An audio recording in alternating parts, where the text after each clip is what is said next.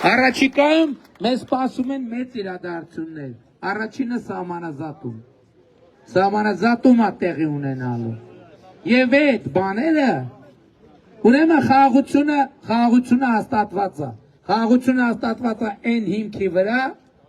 որ Հայաստանն ու Ադրբեջանը 1991 թվականի Ալմա-Աթայի հռչակագրի հիման վրա ճանաչում են միմյանց տարածքային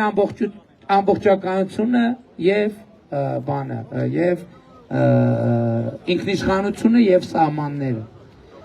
Սահմանազատման հանձնաժողովների համատեղ գործունեության կանոնակարգ կա, որտեղ Ալմատայի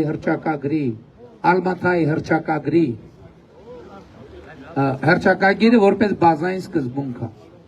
Սա գիտեք ինչ է նշանակում։ Սա նշանակում է, որ սահմանը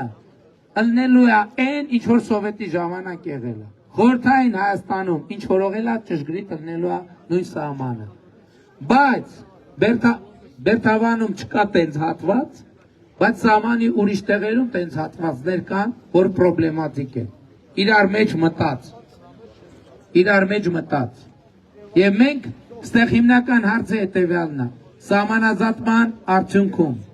Հայաստանն ու Ադրբեջանը ինչ են ուզում։ Ուզում են պրոբլեմներ ստեղծեն իրար համար, թե ուզում են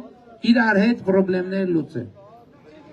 Իմ ընկալումն է նա, որ եւ այսինքն ես գոնե տենց եմ տրամադրված, իմ ընկալումն է նա, որ Ադրբեջանն էլ է տենց տրամադրված,